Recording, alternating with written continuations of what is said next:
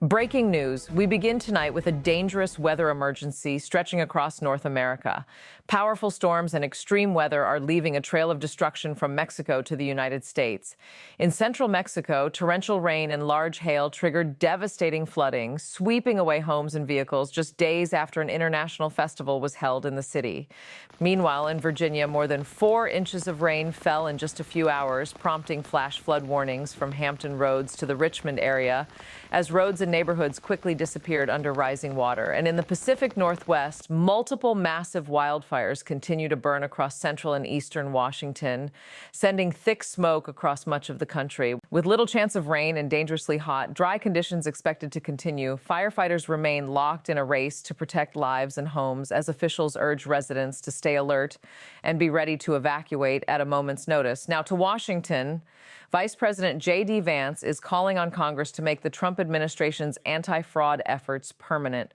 Speaking about government fraud, Vance said taxpayers aren't the only victims when public money is stolen. He argued that fraud also hurts Americans who depend on government programs by reducing the resources available to them. Looking ahead, and Vance said the administration wants Congress to codify its anti-fraud policies into law so they cannot be easily reversed by a future administration. He added that the White House is willing to work with Democrats on legislation designed to strengthen fraud prevention and protect taxpayer dollars. Now to the Michigan Senate race. Democratic nominee Abdul El-Sayed is responding to repeated accusations of anti-Semitism that surfaced during his campaign. Speaking directly to Jewish voters, El-Sayed said his commitment to the safety of Jewish Americans is the same as his commitment to the safety of his own daughters. Meanwhile, President Trump weighed in on the race, calling El-Sayed's Michigan Senate primary victory great news for Republicans, signaling that the contest is expected to become a major political battleground heading into the general election.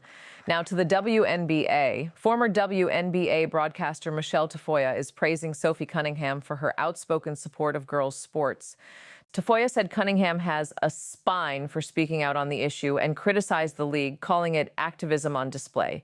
Speaking during her remarks, Tafoya described Cunningham as a hero of mine and applauded her willingness to publicly defend her position. The comments come as debate continues over transgender athlete participation in women's sports, an issue that remains highly divisive across the country. Now to a major federal law enforcement operation. Attorney General Todd Blanche, FBI Director Kash Patel, and the Department of Homeland Security have announced a coordinated crackdown targeting the Jalisco New Generation Cartel, or CJNG. Officials unveiled 5 newly unsealed federal indictments against alleged high-ranking cartel leaders and announced more than $100 million in rewards for information leading to the arrest of 8 indicted suspects. Meanwhile, FBI Director Kash Patel says the Bureau completed nearly 30 international custody transfers across more than 15 countries in July, involving suspects accused of drug trafficking, terrorism, murder, and rape. Patel said the FBI will continue working with international partners to bring fugitives back to the United States and recover money allegedly stolen from victims of fraud. Now to the president's trip out west, and President Trump has arrived safely in Las Vegas after authorities investigated a security incident involving an armed suspect near Trump National Golf Club, Los Angeles. Officials have not indicated any connection between the incident and the president's current travel schedule. Meanwhile, Trump also commented on negotiations with Iran, saying talks are moving along very nicely, and adding that the U.S. could have a clearer picture within the next 48 hours. He said Iranian officials have expressed interest in continuing discussions, while emphasizing that a deal would be in everyone's interest if an agreement can be reached. Now to the latest in space and technology. China has successfully launched 2 AI-powered hyperspectral satellites aboard a Smart Dragon 3 rocket from the LOC. According to Chinese officials, the satellites are designed to provide high-precision observations of land and oceans across China and around the world. Equipped with onboard artificial intelligence, the satellites can rapidly process large amounts of data in orbit, a capability expected to support environmental monitoring, disaster response, agriculture, resource management, and other scientific applications. Now to Israel. Prime Minister Benjamin Netanyahu apologized for leaving early during the reburial ceremony for the grandparents of Theodor Herzl, widely regarded as the father of modern political Zionism. Explaining his departure, Netanyahu said ongoing military and diplomatic developments required his immediate attention. The ceremony honored Herzl's family legacy, while the prime minister's early exit underscored the security and diplomatic challenges Israel continues to face amid rapidly evolving regional events. Now to Ukraine, where another devastating overnight attack is raising fresh concerns about the war's escalating toll. Russian missiles struck Kyiv and the surrounding region, killing at least 17 people and injuring more than 40 others, according to Ukrainian officials. President Volodymyr Zelensky says Ukraine's dwindling supply of U.S.-made Patriot interceptor missiles left its air defenses unable to stop the ballistic attack. He is urging Western allies to accelerate deliveries of additional air defense systems and ammunition. Meanwhile, Ukraine says civilian sites, including a brewery, a construction warehouse, and a mail sorting center, were hit, while Russia maintains the facilities had military connections. The latest strike comes as peace efforts remain stalled and fighting continues to intensify across the region. Now to a major immigration ruling. A federal judge has cleared the way for the Trump administration to end temporary protected status, or TPS, for roughly 350,000 Haitian nationals. The decision means many could lose their legal work authorization and face the possibility of deportation unless they qualify for another form of immigration relief.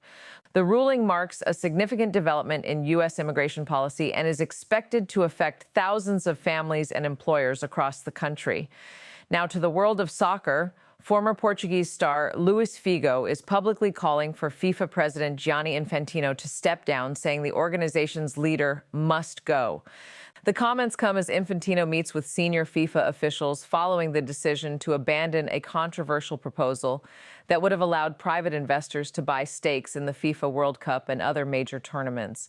The developments have intensified scrutiny over FIFA's leadership and the future direction of the organization. Now to Europe, where Spain is facing a growing migrant crisis. Spain's North African enclave of Ceuta is seeking to relocate more than 1,100 unaccompanied migrant children to mainland Spain after last week's massive border surge.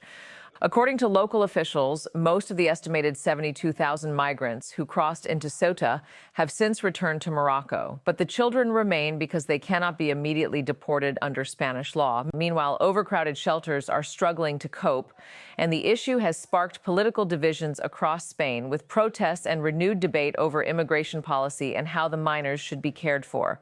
Now to Capitol Hill, Vice. The U.S. Senate has voted 51-43 to advance Dr. Erica Schwartz, President Trump's nominee to lead the Centers for Disease Control and Prevention, or CDC.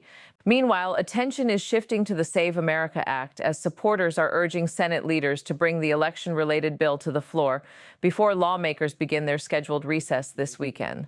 The legislation remains the subject of intense political debate, and it is unclear whether Senate leadership will schedule a vote before the break. And you talked about wanting to protect young girls who shouldn't have to go against biological men. Just can you expand your viewpoint on that? I mean, I think I said what I said. I think it's kind of common sense. And I think I'll always believe in that. I think it's really important to protect children, and that's little girls who are also involved in that category. And so I stand on what I said, and I always believe that. Now to the growing debate over women's sports. So, Mae Musk has publicly voiced support for WNBA player Sophie Cunningham amid controversy over transgender athletes competing in women's sports. Musk said, "That's just not fair. Keep men out of women's sports." Her comments come as Cunningham continues to face public debate over her views on the issue. Meanwhile, the broader conversation remains deeply divisive, with supporters of restrictions emphasizing fairness and competitive balance, while opponents argue transgender athletes should not be excluded from sports based solely on gender identity. Now to a major development in the Trump administration's tariff fight. U.S. Customs officials have reportedly paid businesses about $100 billion in tariff refunds, representing roughly 60% of the revenue collected under the so-called Liberation Day tariffs. Meanwhile, billions more remain in limbo. Nearly $29 billion in potential refunds is still under review, while another $1.6 billion is reportedly waiting on banking information from importers. The repayments follow a major Supreme Court ruling that found the broad tariffs unlawful under the emergency powers law used by the administration. And for American businesses, major companies, including Amazon, have already received substantial refunds, with Amazon reporting roughly $600 million in the second quarter.